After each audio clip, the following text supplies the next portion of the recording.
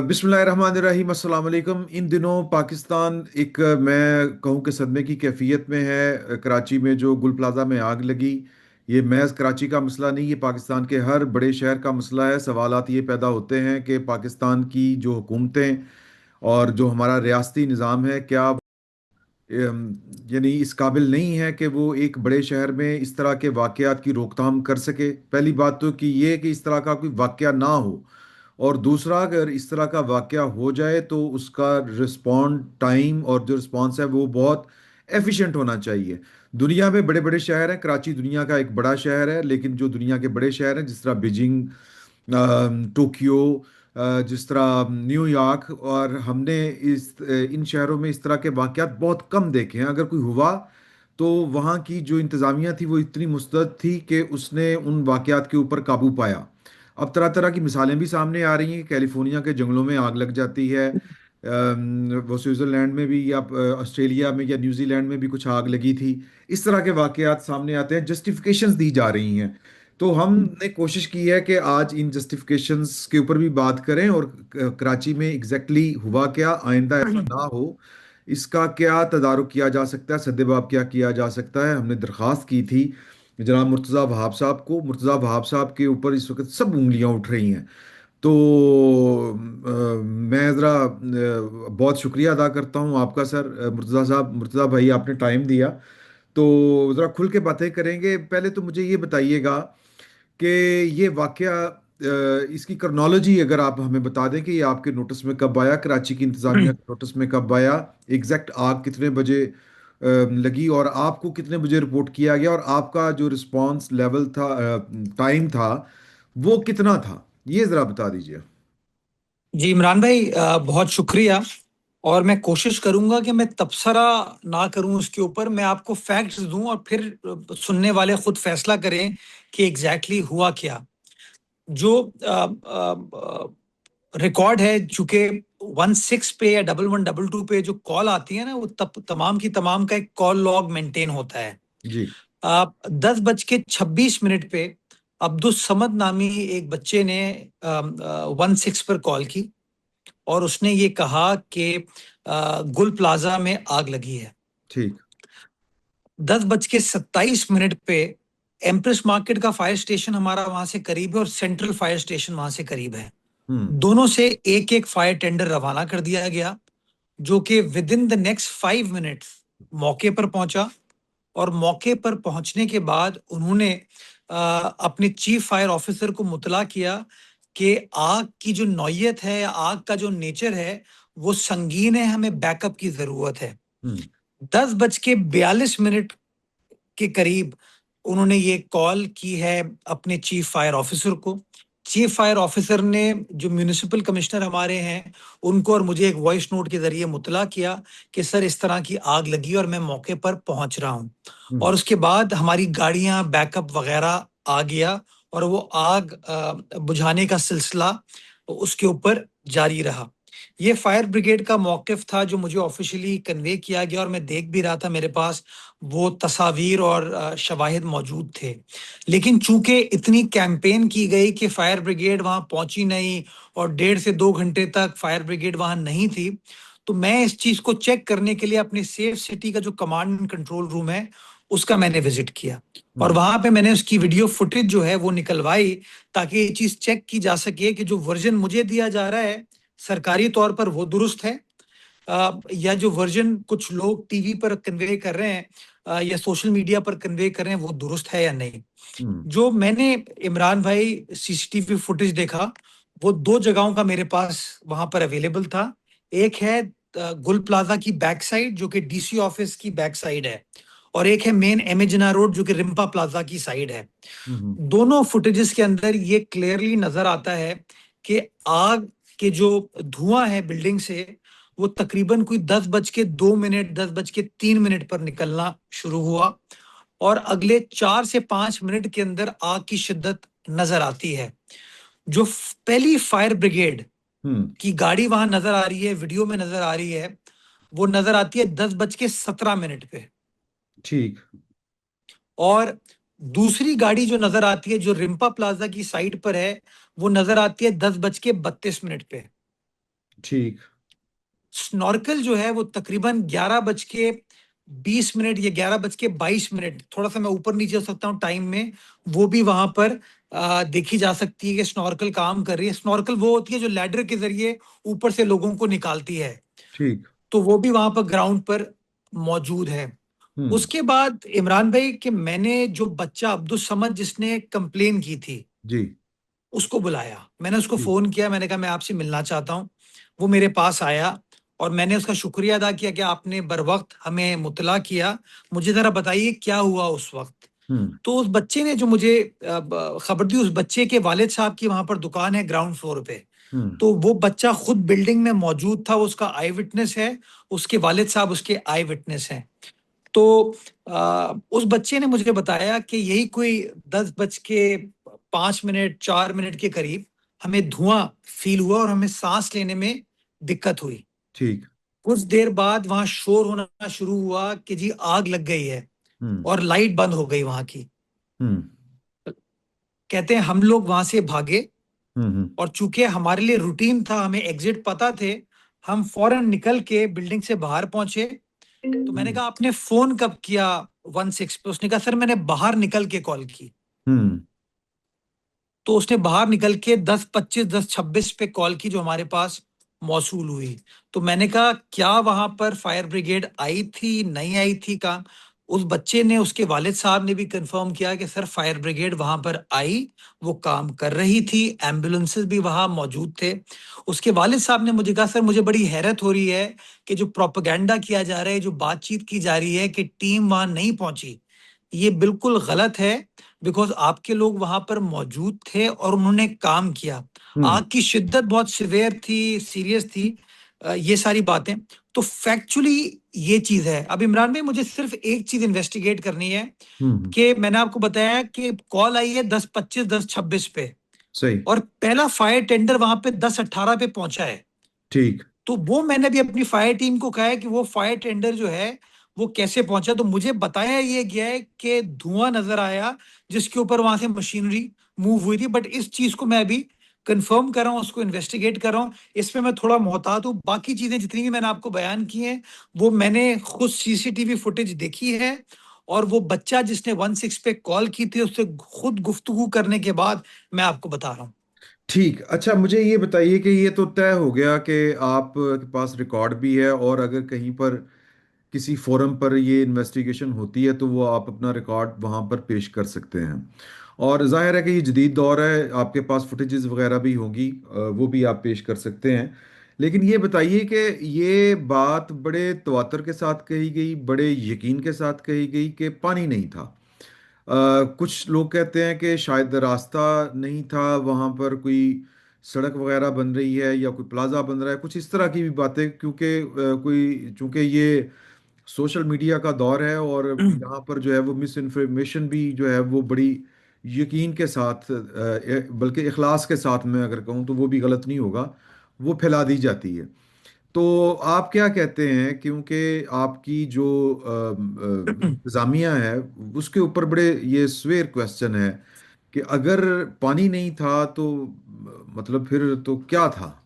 फिर तो मतलब हाल ही कोई नहीं। अच्छा इमरान भाई देखें, प्रॉब्लम ही यही है कि हम मफरूजों पे चले जाते हैं। हम्म। आप देखें ना, मैं पहले इसका जवाब देने से पहले आपको बताना चाहूंगा, शहादत वहां पे फायर वर्कर की हुई है, फायर फाइटर की हुई है। हम्म। अगर वो काम नहीं कर रहे होते तो क्या शहादत होती? ठीक। मुझे दुख ये होता है, तकलीफ ये होती है कि जब मुश्किल वक्त आता है, बहुत बहुत मुश्किल काम होता है सामने आग के सामने कूदना, जी। जी।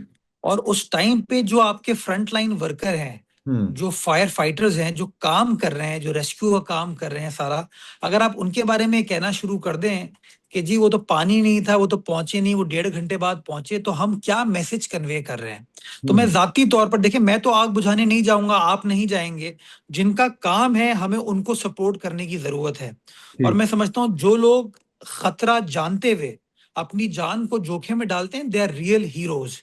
तो हम्म। इस तमाम प्रोपेगेंडे में उन्होंने शायद पीपल्स पार्टी को अंडरमाइन करने के लिए या मुर्तजा वहाब को अंडरमाइन करने के लिए वो एक्चुअली उन बहादुर लोगों की खिदमात को, उनकी एफर्ट को अंडरमाइन कर रहे थे, जो कि मैं गैर मुनासिब समझता हूं। और मैंने आपको जो क्रोनोलॉजी दी है वो इस बात का सबूत है ठीक। कि देखें, जब आप इस प्रिजम्पशन पे स्टार्ट करते हैं ना, गाड़ियां नहीं पहुंची, तो हम्म। सेकंड आर्गुमेंट तो इररेलेवेंट हो जाता है कि भाई पानी तो बेमकसद है जब गाड़ियां नहीं पहुंची, बंदे गाड़ी नहीं थे नहीं वहां पहुंच। पे। ठीक। तो उन्होंने उन्होंने जानबूझ के ये प्रोपेगेंडा क्रिएट करने की कोशिश की। अब हम्म। मैं आपको पानी का भी जवाब देता हूं। जब फायर टेंडर पहुंचे, ठीक। उन्होंने आग बुझानी शुरू की। हर फायर टेंडर के साथ अपना बाउजर होता है, उसकी ठीक। एक कैपेसिटी है। जब वो फायर बाउजर का पानी खत्म होने के तरफ जाता है तो बैकअप टैंकर्स मंगवाए जाते हैं। ठीक। हमारा एक फायर ब्रिगेड का और वाटर बोर्ड का व्हाट्सएप ग्रुप है। ठीक। 10:56 पे पहली बार ये रिक्वेस्ट की गई कि जी हमें पानी का बैकअप चाहिए। ठीक। 10:56 रात को। ठीक। तो यानी कि फायर ब्रिगेड काम कर रही थी, हम्म। पानी को इस्तेमाल कर रही थी, तभी उन्होंने इजाफी पानी की रिक्वेस्ट की। ठीक है। ठीक है। 10:56 के बाद 11:13 पे टैंकर्स को डिस्पैच किया गया मुख्तलिफ हाइड्रेंट्स से, हम्म। और उन हाइड्रेंट्स पहुंचे हैं 11:37 पे गुल प्लाजा पे। ठीक। अब उसमें दुश्वारी दिक्कत इमरान भाई क्या हुई? वो दुश्वारी दिक्कत ये हुई कि वहां पर बजाय इसके कि मॉब को कंट्रोल किया जाए, बजाय इसके कि जो रेस्क्यू की टीम है वो बासानी पहुंच सके, वहां पर फलाही इदारों की एनजीओज भी, वो एम्बुलेंसेस पहुंच गई जिनका काम आग बुझाना नहीं है, वो आके हम्म। खड़ी हो गई। ठीक। मीडिया हाउसेस की डीएसएनजीज भी आके खड़ी हो गई। हम्म। इसका प्रोटोकॉल उसका प्रोटोकॉल भी आके खड़ा हो लग गया। गया, ठीक। जिसकी वजह से जो निशात सिनेमा का सिग्नल वाली साइड है वो ब्लॉक हुई। और ओके। हजारों की तादाद में इमरान भाई वहां पर लोग थे। उसको हमारे वार्डन्स ने और ट्रैफिक पुलिस ने फिर क्लियर कराया। ओके। उसको क्लियर कराने के बाद उन टैंकर्स को स्पेस मिली और वो फिर अंदर पहुंचे और 11:37 पर वो साइट पर पहुंच गए। ठीक।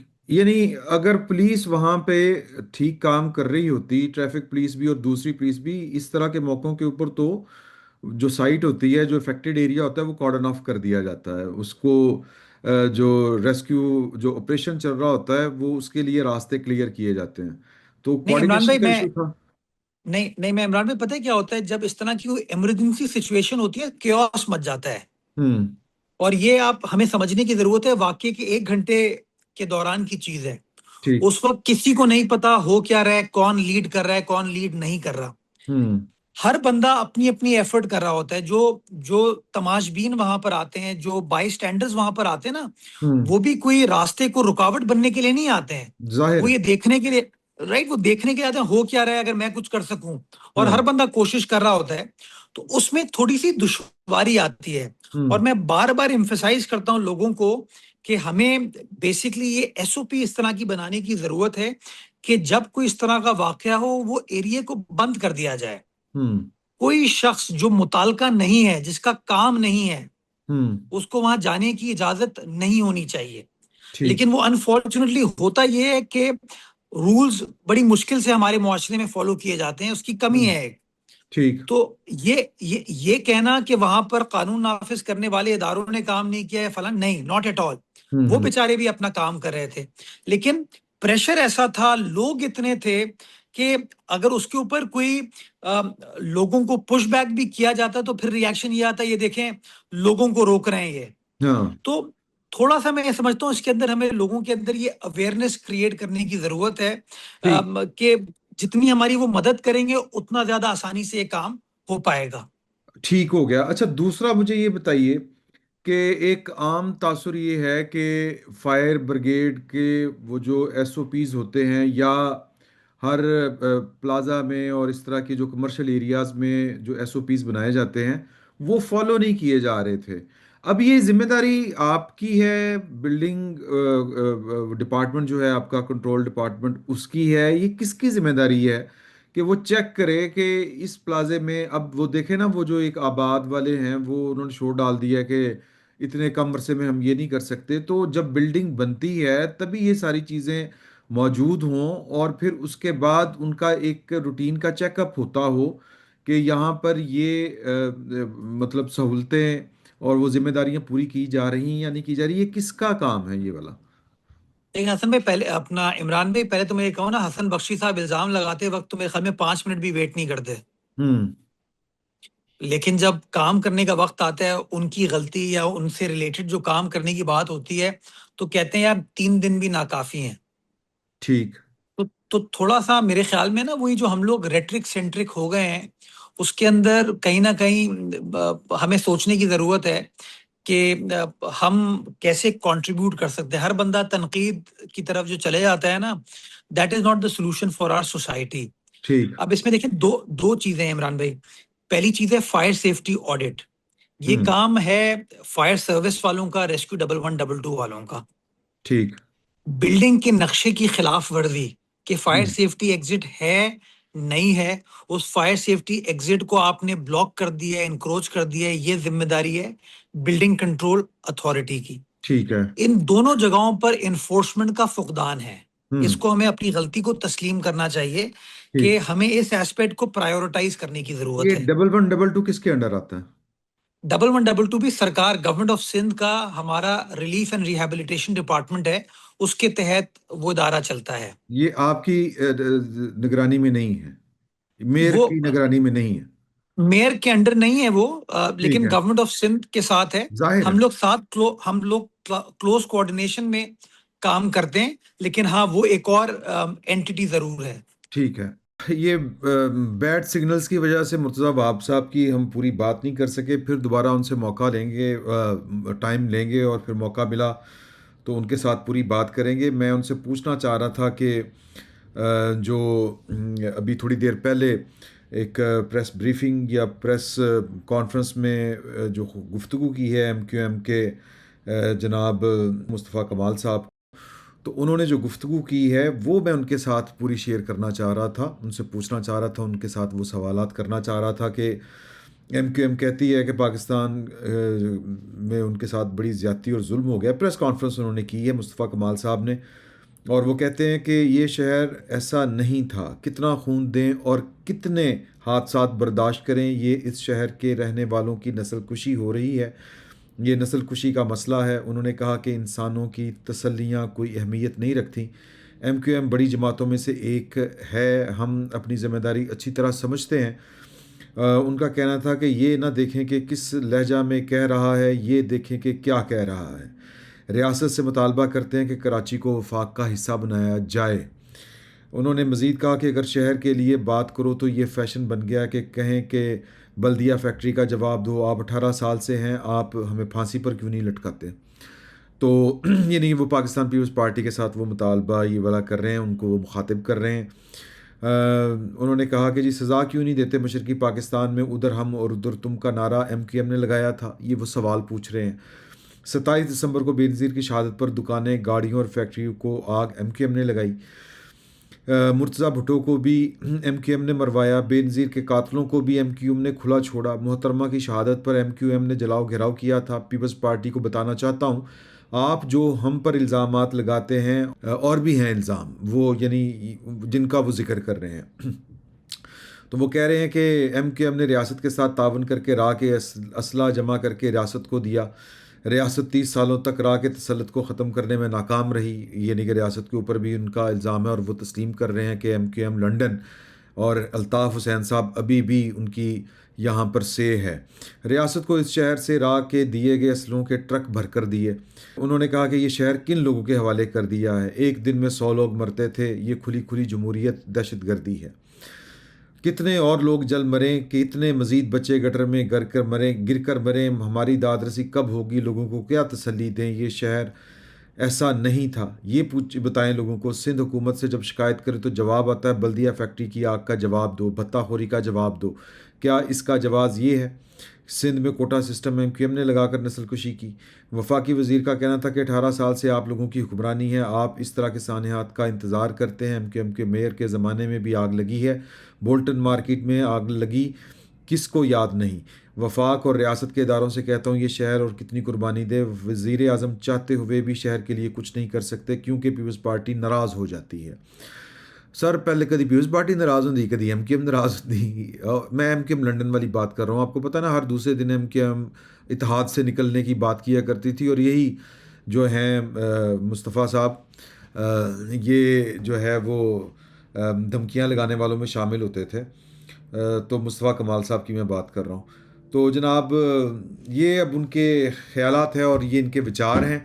और बात मसला सिर्फ इतना है कि यहाँ पर कुछ अनहोनी होना चाह रही है, उसको बहाने चाहिए, इरादे पहले के हैं।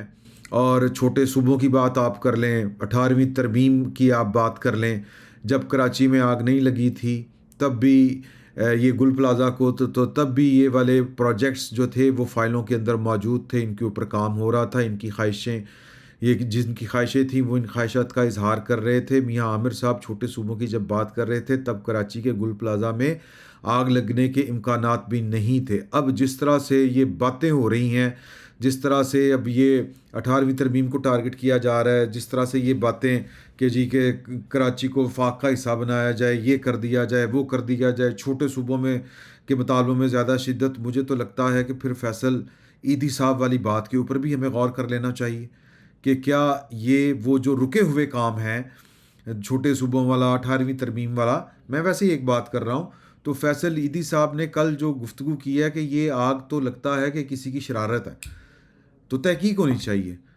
तो फिर फैसल ईदी साहब की बात में दम लगने लगता है जब इस तरह की बातें सामने आती हैं, जब मुस्तफ़ा कमाल साहब जो है वो इसको जवाज़ बना के अपने दरीना और पुराने मसाइल जो हैं उनको छेड़ देते हैं, या उनका उनको कह लें कि, या फिर वो, या ये भी हो सकता है कि वो मौका उनको हाथ आ जाए, या फिर ये भी हो सकता है कि मौका बनाया जा रहा है। तो अल्लाह बेहतर जानता है। तो बहुत सी बातें थी मुर्तज़ा वहाब साहब के साथ करने वाली, वो ये बैड सिग्नल की वजह से वो नहीं हो सकी। तो इंशाल्लाह फिर अगले चंद रोज़ में उनसे दोबारा रब्ता करने की कोशिश करेंगे। इजाज़त दीजिए, अल्लाह हाफ़िज़।